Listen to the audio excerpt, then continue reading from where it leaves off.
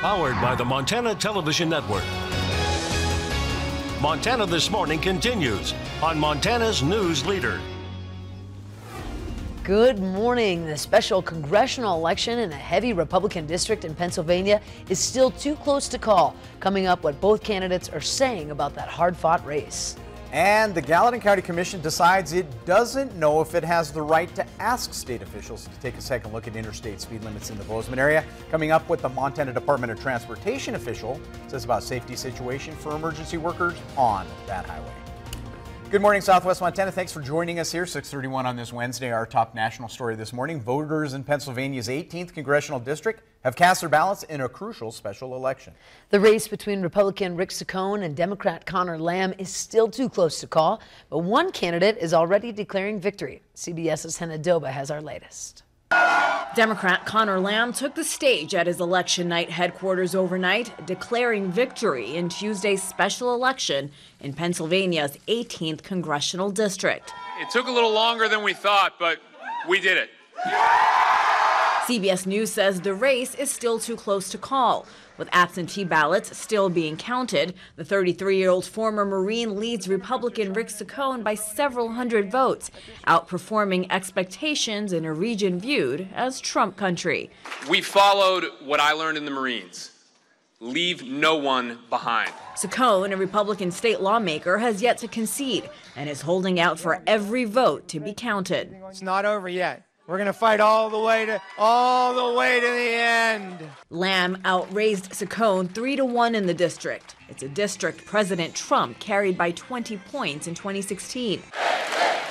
The president campaigned in the 18th twice to prop up Saccone. Thank you for your support, Mr. President. We all love you out here in Western Pennsylvania. Some voters viewed the special election as a referendum against Trump. I think it's step one in trying to reform our country in the way it's going. Political experts believe the result in the 18th district may be a sign of what's to come in November's midterm elections. Hannah Doba, CBS News. Now, the winner will serve out the last few months of Republican Congressman Tim Murphy's term before facing a re-election, possibly in the district in November. Murphy resigned in disgrace in October amid claims that he encouraged his mistress to have an abortion. Closer to home, one person under arrest after a high-speed chase on Interstate 90 yesterday. Montana Highway Patrol say troopers pulled over a woman for speeding near Whitehall just before 2 yesterday afternoon.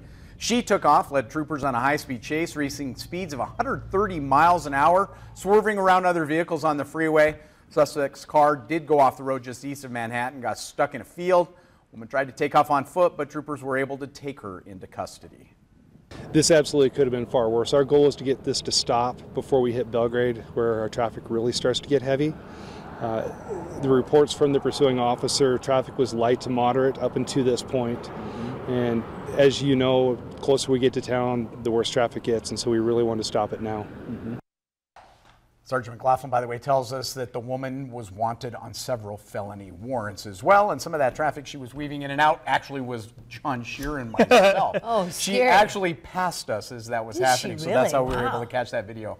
Yeah, 80 miles an hour on the freeway. She went by us like we were standing still. Unbelievable. Wow. Yep. Up to 130 miles an hour. Yeah, it was That's really incredible. scary stuff. Like Pat said there, it could have been far, far worse out there with the cars and all of the traffic out there. So Frightening. I'm glad you made it out okay. Because of the weather, though, part of the reason that car came to a stop in the field, it was a super wet spot. Yeah. As she hit that water, the car just Amazing came how to a stop that works. out in the It's field. better than stop sticks. Well, Yeah. That's a fact right there. It worked fine. A lot of mud in the fields. We'll be dealing with that for the next couple of days. We may add that with some rain and snow back into the forecast. Our temperatures holding into the 20s right now. Clouds are continuing to flow in here at a pretty good rate. That does spell the potential of rain in the area as you head into the afternoon and evening, especially west of the Divide. We are talking rain and snow during the overnight and into your Thursday and Friday. We'll, of course, break that all down coming up in a few minutes. Thank you, Matt. Coming up on 6:35 here on your Wednesday morning. Yesterday, Gallatin County Commissioners heard from local law enforcement and fire departments about the need for the speed limit to be lowered on Interstate 90 from 75 miles an hour to 65 miles an hour through Bozeman. MTN's Morgan Davies has been following this story from the beginning and has more from that meeting. The Bozeman Fire Department has been working on lowering the speed limit on the interstate dating back to the fall. After seeing emergency vehicles hit on the interstate, the fire department decided it was time to take action. And it's been an issue for us for quite some time, and it's just percolated to a level that we felt like it was time to go before our elected bodies in the city and county and ask for their support.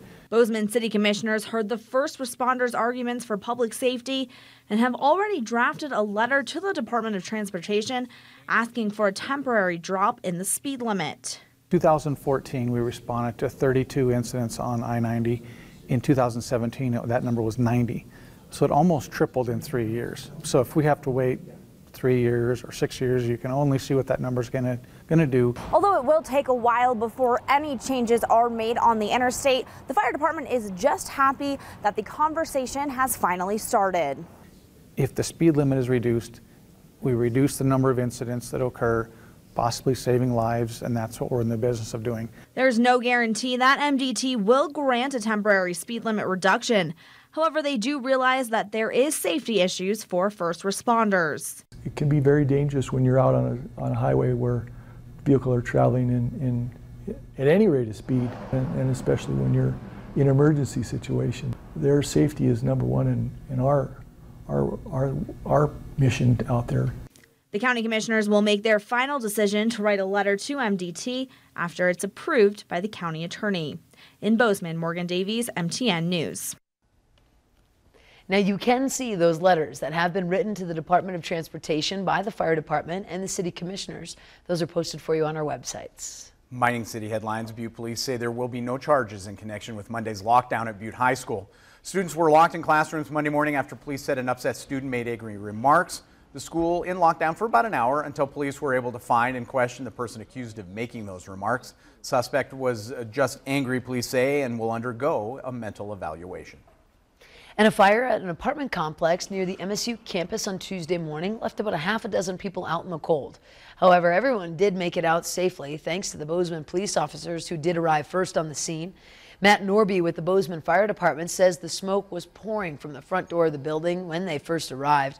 The fire was located in a bedroom and it was quickly put out. It was right at the start of a shift change, so somewhere in the neighborhood of 20 guys at Bozeman Fire, so we had a lot of guys show up. Where normally we'd have like 10 to 13 guys show up. Now, the cause of the fire is still under investigation, but smoldering bedding could be seen laying out on the front lawn when they arrived. Meantime, one person is dead after an early morning house fire south of Cascade. Cascade County Sheriff Bob Edwards says emergency crews were called out to a home on Sheep Creek Road. That was about 4:30 in the morning. When crews arrived, the house was fully engulfed in flames.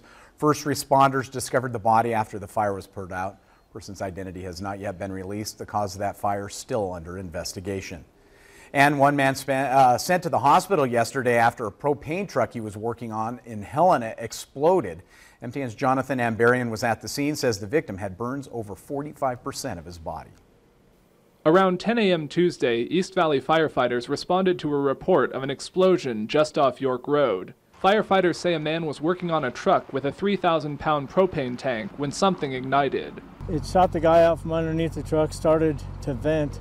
Authorities say the victim was a contractor from Boise, Idaho. He was taken to St. Peter's Hospital for treatment. Thankfully, nobody was standing next to it other than the gentleman, and God willing, he's okay. A shop building next to the truck was completely engulfed by fire. The column of smoke could be seen miles away. Witnesses reported hearing and feeling the blast as far away as the York Bridge. I heard this enormous boom shook the house, thought it was an earthquake, but it wasn't prolonged, so thought something wasn't right. Came outside, started looking around, and just saw the huge pile of smoke and flames over there just, billowing up. Firefighters weren't able to immediately attack the fire because of concerns about the remaining propane. So we backed all of our guys off and started doing an evacuation in the surrounding area. The fire pretty much vented itself, burned itself out to where we could get into it and start putting water on it. Investigators say they're not yet able to determine what sparked the explosion. We got to clear the area, we got to get to where we can get in there, put the fire, all the remaining fire out, and then get into where we can investigate the truck and see if we can, find something.